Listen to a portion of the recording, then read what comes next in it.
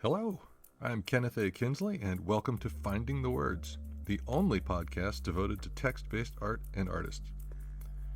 Now, when your solo exhibit is titled, I'm Trying to Live Forever, it should come as no surprise that a concern for the mark your work leaves behind would be a major theme. Today's guest, Eric Stefanski, just wrapped up his third solo show this year, which is also his debut LA solo show, at Lowell Ryan Projects, which art forum called A Must See. His 20 brightly colored 16 by 20 works touch on other themes. As the show's press release states, like candy hearts on Valentine's Day, these declarations tackle universal themes like resentment, self-importance, failure, and immortality, classic struggles that resonate with anyone who has a pulse. Eric joins me from his studio in Chicago to sit down to discuss some of these themes, along with the progression his work has taken since his surprising beginning during undergrad studies, the unique connection his work has had with people, plus some delightful guest appearances from his faithful studio assistant, Louie. Let's get to it. Here is my conversation with Eric Stefanski. Well, Eric, thank you so much for coming on today. Thank you for having me. It's great to be with you. Yes, and your most recent show, which ends today. Sadly, we could not get our schedules to line up to get in ahead of this, but it's I'm Trying to Live Forever at Lowell Ryan Projects. It was an art forum must-see. I got a chance to see it. I'm here in Los Angeles. It was fantastic. This is your third solo show this year. You had one in East Hampton. You had another show in Tokyo. I guess in art world parlance, some people might call this having a moment. Does this feel like a moment to you?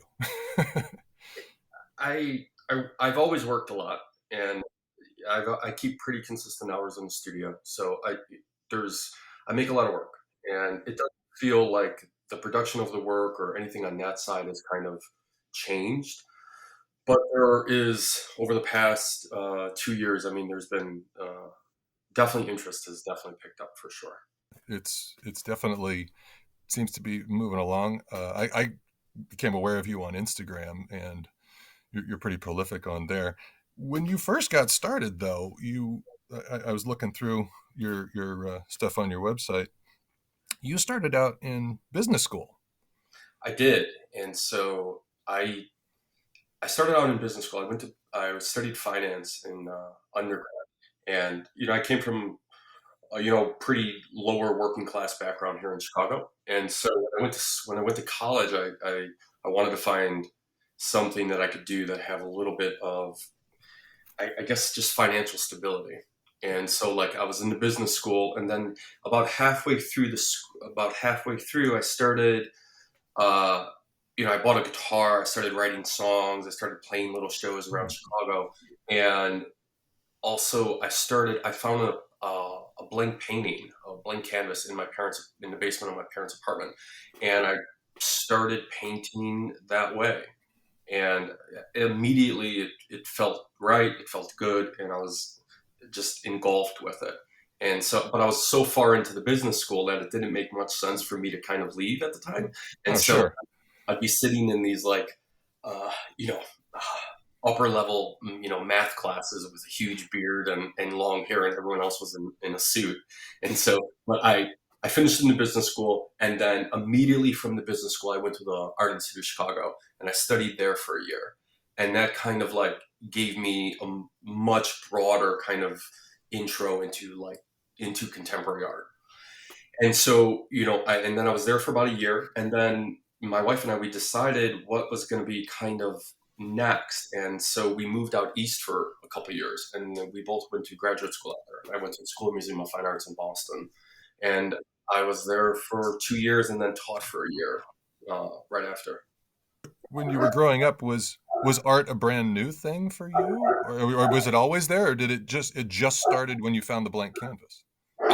It was when I was definitely younger. It was there, but I basically stopped when I was in high school. I just played sports, and it just kind of drifted away. And but I found when I refound it, I immediately, it's like I said, it just felt right. It felt I was more connected to it. It felt natural, for lack of a better adjective. I knew I was going to do that, and I knew that I was going to. It gave me more than I had to put into it. And I didn't know about the music part. Does this feel like songwriting in a way, like with the text paintings? All of the work, it always starts with the writing, and so Okay. all of the language, it just gets further and further distilled down, and then into language that I would use actually in the work. So just constantly writing every day, writing about the daily practice of making artwork, and for me, that's really where the core of the work is. It's walking into your studio every single morning and being here and banging your head against the wall and trying to make good work and falling short and just constantly climbing that hill. If you're pushing that that rock up that mountain every day, and you're trying to find something that not only that you resonate with, but is also a reflection of the culture that's producing it. And I also noticed that you used to rehab vacant homes. You worked with the Chicago Housing Authority like around 2013, and you were doing a lot of like I guess you would call it found object sort of sculptures with no text. And then you started kind of paring back from that and adding more text. Were you finding your style through subtraction in a way, or? I, I spent you know I spent all my time in graduate school making sculpture, and I Mhm. very rarely, I was just making bad paintings at the time, but the sculptures that I was making, I was really, there was something there, and but the sculptures were all the use of material, and then but the sculptures later on, they started to get further and further and further pared down, and then I started to then I started making sculptures of this text, and that's where more and more of the writing kind of like got implemented into it. But some of the early paintings, they were just like derivative of everyone else's paintings. There was a lot trying. I was trying to do a lot in the paintings that wasn't really having any success with, and I was putting a lot in there. I was trying to throw everything against the wall in a way and seeing what kind of stuck. And slowly I started to edit and edit and edit and bring things down to what just basically the essential like in it. And then over the past year, I mean, some of the paintings, some of the works are just charcoal on raw canvas, and just paring Mhm. everything further and further down just to like the bare essential of what the Mhm. work actually needs. Now when you were saying, some of those were derivative, because you've had some stuff with like a skull that was smoking, and you still use a heart, that pops up a couple times in your current show, flowers. I love the ones where you paint on old paintbrushes, by the way. That, I love the reuse, recycle kind of aspect of, like, hey, what can I do with this? Yeah, Um, just trying to save it, because I mean those things, they're with you. And I'm also kind of superstitious as well about with certain paintbrushes. It's like a hmm. football player having like a hot bat, like a lucky bat. Sometimes I honestly feel like some of the paintbrushes are there's a little bit they have a little bit more juice in them, I guess, and so I'll keep them around. And then if they're eventually then they get so used, I save them. And so I save always on my favorite ones. But you know, the paintbrushes, I mean, they just go through all of the tools here, and I'll use rags, and sticks, and spray paint, and spray guns, and brushes, palette knives. They all kind of like get dragged through the mud a lot here. Mhm. Nothing's really kind of cared for and too much. Yeah. So, like in your show right now, I'm noticing a couple of themes. Um, Tell me if I'm wrong on this, but kind of like living life to the fullest. You've got crying and driving, nothing but romance. Fuck it, let's get high. Let's just get high. Play the hits for fuck's sake. Be as filthy. Is this? This seems. Is this the real you talking, or are you trying to like psych yourself up to live a fuller life? I think that the language always comes. For me, the work is always it's always trying to do two things. It's trying to point outward to larger issues within our culture or reference art history, and then also simultaneously trying to point inward to my own personal experience or things that are going on in my studio now. So it's, in a way, it's trying to be both didactic and trying to tell you things or teach you something or point to like a moment in art history or specific movement, but also like polemic and could be an argument and talk about my own experience here, the frustrations and the highs and lows that kind of like, again, dedicating your life to making artwork every single day. And so language comes from that. And when I have the and when if I'm talking to if it's me saying that language to the painting or the painting saying the language back to me, it's always a dialogue that I'm having with the work directly. And so and when people can relate to the work within the context of their own lives, I mean, that's the like cherry on top. And that's really great. But all of the language, it's always just selfishly just referring back to me or referring back to the process of like making good work. And so like play the hits, like it's easy to kind of, I you do this for so long, it's easy to make in a painting that's just very physically attractive. And there's financial incentive to kind of do that. And that's part of it. It's like, hey, just almost give the people what they want, but also you don't want to get wildly bored and just make the same work over and over again. You want to kind of keep pushing yourself. And and the title of the show is I'm always I'm trying to live forever. It's basically that you're trying to like etch your work in this large canon of art history that the work is going to be remembered after I'm gone. And that was kind of the other big theme that I was picking up is, I don't know if you would call it fame or just maybe remembrance. I need you to make me famous. I'm trying to live forever, the title of the show. Fuck this, I'm going to Hollywood, which you kind of did here. You came to LA. I mean, you weren't in Hollywood, but you're close enough. Is this, a big thing for being remembered important?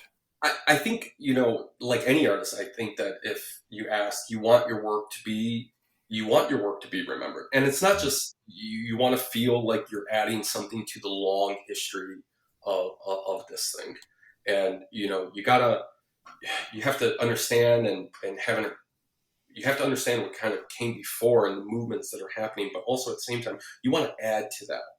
And that's ultimately the goal in here is, I want the work to be remembered. I want the work to be reflective of myself and my experience, but also reflective of our culture now and what it feels like to be alive now. And I see that you keep a pretty detailed diary. Are you just constantly like hearing things and putting it in there, or is it just your thoughts, or just a little bit of everything? Yeah, a little bit of everything. I mean, there's walls here in the studio now that are like, that have writing on them. And there's notes in my phone and there's like notebooks constantly everywhere here. And here in the studio, just constantly doing it. And, I found that if I sit, I keep regular hours in the studio and I try to get into the studio around like 7:30 in the morning. And if I tell myself, okay, I'm going to sit down and just write for a period of time, I've now come to know that, like, I don't know, you're really just kind of like slugging through it. I always thought that the best, anything that I've written that I thought had a lot of, that there was something to it is, it's almost like you have to go out and kind of like live your life a little bit and be receptive to the ideas that are coming in. Like you have to open yourself up and have experiences. And then through those experiences, like the language and writing about those experiences, it will come from that. Like if I sit down in my studio or in my office and say, okay, I'm going to write now, I don't know. It just seems it's stifling, but just constantly being open to it. And, it's, you can, not that there has to be some like bolt of lightning or like inspiration to kind of come. It could just come from just driving in your car, or you see something and you're like, okay, I could use that. And always constantly trying to put out feelers and be receptive of things that are kind of being given to you. And I always thought of it as like how a DJ almost like crafts music, where you're sampling a little here, you're sampling a little there, you're sampling a little there, and you could pull from all of these in different environments, or influences or other art forms, whether it be like music or film or theater, and keep pulling into them and draw from each one of them. But most importantly, just be receptive to what you're seeing and you're hearing, and writing about those experiences then, and then writing about how it can relate back to your own life, and then putting that out into the world then, into the work. Are those phrases, do you go through a lot of editing on those phrases? Like you write Constantly, something, yes, and they're like, no, try it this way, try it this way. constantly. I mean, Yeah. I'll almost like flog myself with over a single like conjunction of it, and constantly editing it, and editing it, till it's almost down to it's just most simplistic form, and just keep trying to get to just the root of that. Is the writing part of the process like kind of just stream of conscious? Is it kind of therapy in some way? Is it, I hope not. But it has to be, because it's cheaper. And currently in therapy now, and so it's like I'm getting it in both ways, I guess. But it has to be. I know it has to. It yeah. It'd be naive for me to think that there's not some type of therapeutic element to this, because also I and not to be overtly romantic about it, but like nothing gives me much, as much pleasure. Nothing gives me as much joy, even when it's going bad in the studio. I love it. Like I have to do it.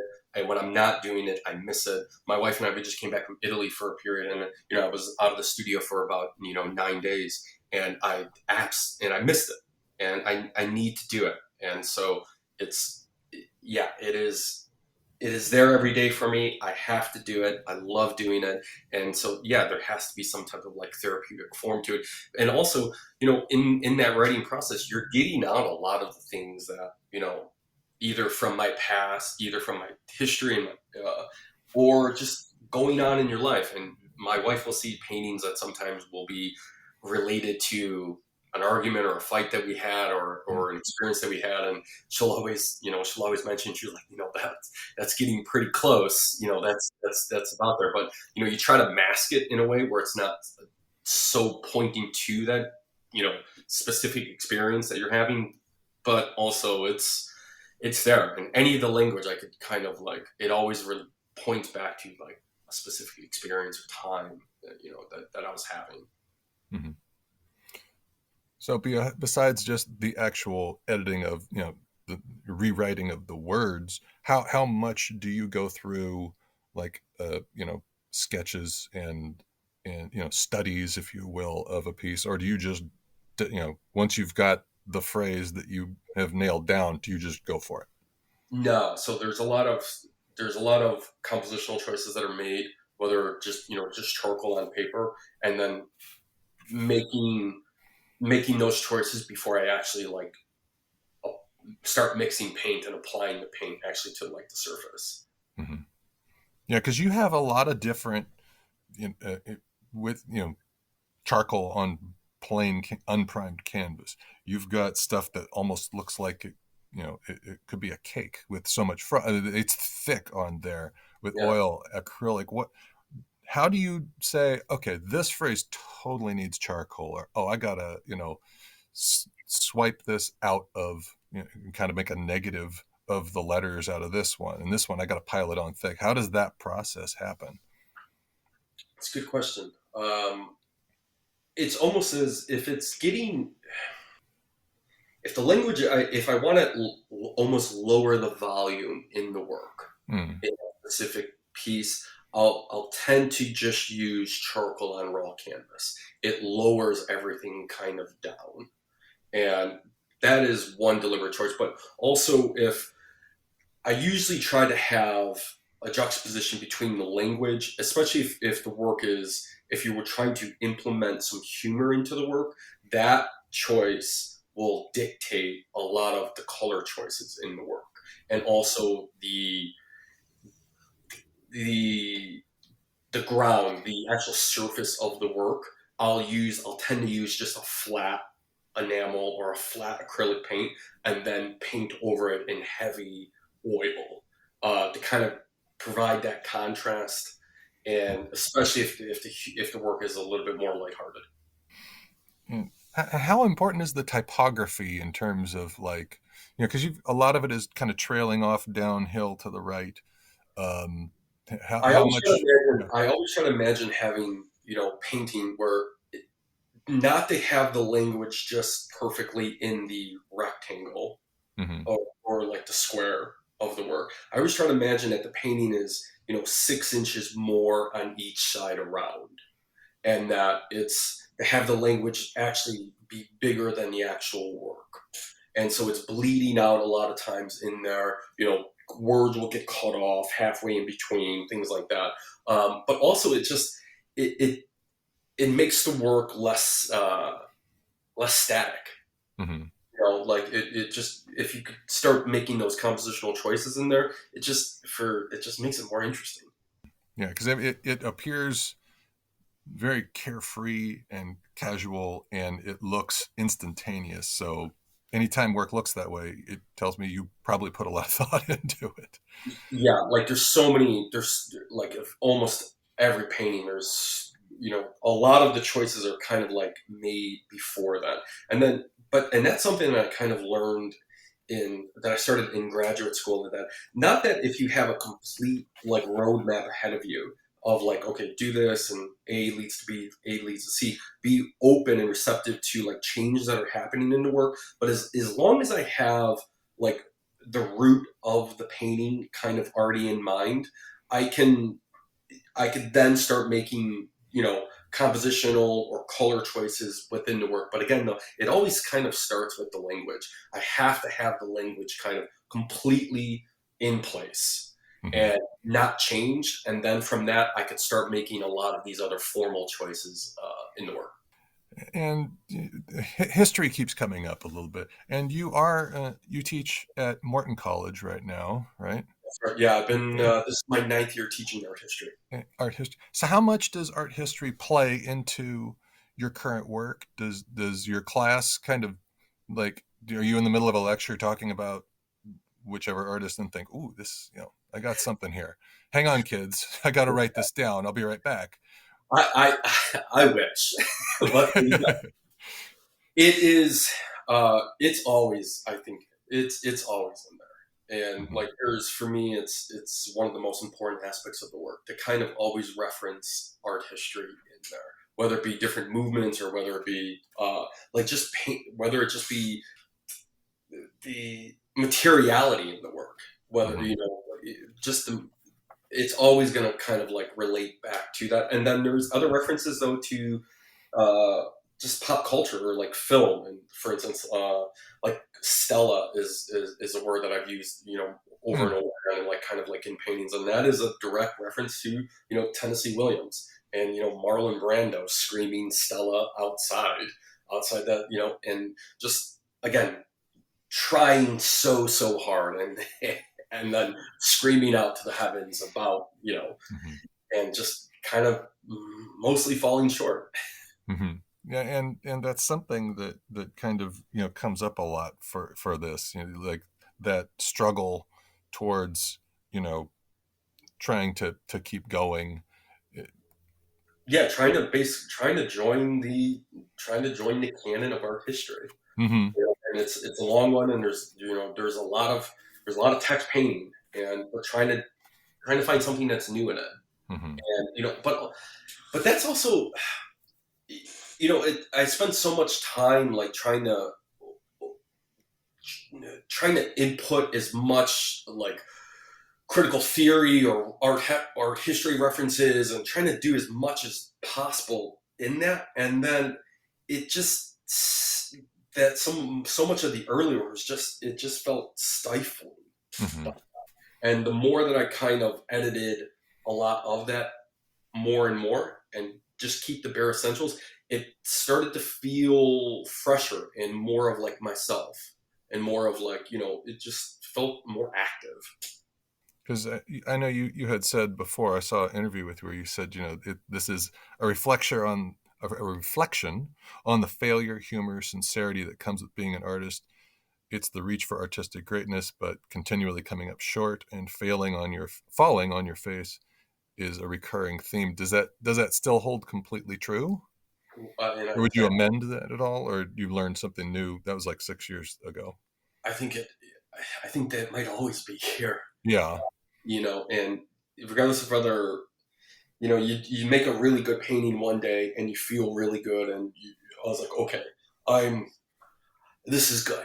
I'm, like this is doing something. This is reflective of my own experience, but also right now it feels fresh. It feels new. Uh, and then the next morning you walk into the studio and you're starting all over again. You Mm-hmm. know, after the end of each piece, that's it. It's it's for me. It doesn't matter what that the last painting went really really well. It's okay. What can you do for me? Now, and Mm-hmm. so and then most of the time there's these wild pendulum swings in the studio where you just feel like at moments, and you're constantly reaching for that moment. It's like, okay, I am extremely good at this, and this feels this feels important. And Mm-hmm. then, but also at the same, you're like then going to trip over your shoelace, on the way out the door. Mm-hmm. You feel like Yeah. a moron sometimes. So this is how this is what you're spending your life doing. Like I could have, I would love nothing more than to go work for like the water department for Chicago. I don't have to worry about any of that. Like It's I would love to do that. I would have been, I would have been, yeah. So. in a weird way, it seems like a little bit like golf. Like it's so frustrating, and it just like what time's our tea time tomorrow? Yeah, it's exactly. Yeah, it's you shoot a 120, but like you're like, okay, I'll Yeah. sign up for a gun, and it's that. But like, but then but I've never had anything else like that, and and like nothing else has given me that experience where, regardless of how bad it's going, you still want to keep doing it, and Mm-hmm. that's what I felt like. I didn't feel that way when I was writing and performing music. Like I Mm-hmm. didn't have to do it. It almost felt more of like a hobby. This is not bad. Like this, I have to do, and like this feels, yeah, like even when it's going bad and it's going, and just like for any artist, it goes bad a lot, and but you have to do it. You have to get back in there, but also, but that's also I feel like it could just be dissimilar to anyone else's career, or anyone else's job, and I think that's why selfishly the work is always about me and my experience and my experience of being an artist, but I think one reason that the work resonates with people is that they see themselves in it, and they see their own failures and they see their own successes like in it, and it's not any different if you were a nurse or an architect or again work for the water department. You're going to have shitty days, and you're going to feel like you're not providing, you're not you're not there's not a surplus that you're adding to whether your family or culture, or in our case here in the studio, to art history. You're going to have those moments, but also at the same time you get these like the skies open up and you get these little moments where like, nope, this feels good. Mm-hmm. This feels fresh. This feels like it's relatable, and this feels like it's important not only to yourself, but people can relate to it within the context of their own lives. Sure. I mean, and to go back to the music reference, I mean, that's what a lot of songwriting is, right? I mean, something about yourself, the songwriter's self, that the audience can relate to, because they're people too. So it's Yeah. Hmm. how much, because like a lot of it is, you in this show here, it says, it's got a form of fuck it in there. Is this cynicism, or is this like let's go, or all of I, the above? I think it's well, I know it's both of those things. Mm-hmm.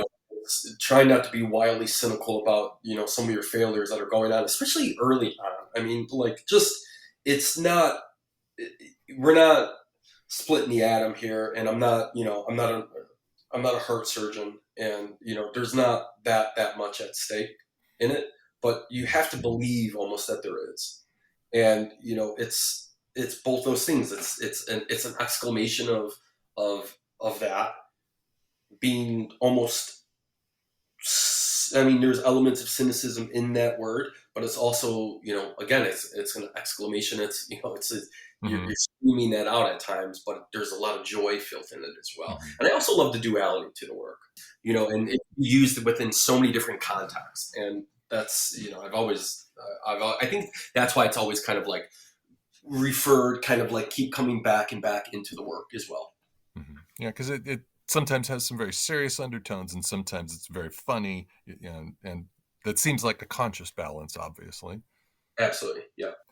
It's almost political. I mean, it isn't just kind of, you know, the funny and the ironic, the act of laughing almost seems rebellious in a way. And you're almost trying to, again, your art history can be, it can be very serious, and it can almost feel overwhelming, and you're trying to undercut it in a way. Hmm. And that language definitely does. And that's why I always, loved just color choices, loved color that kind of you could find in Candyland, or Hmm. you could find in these like pop history, pop art references and things like that. These artificial colors, these neon colors, things like that.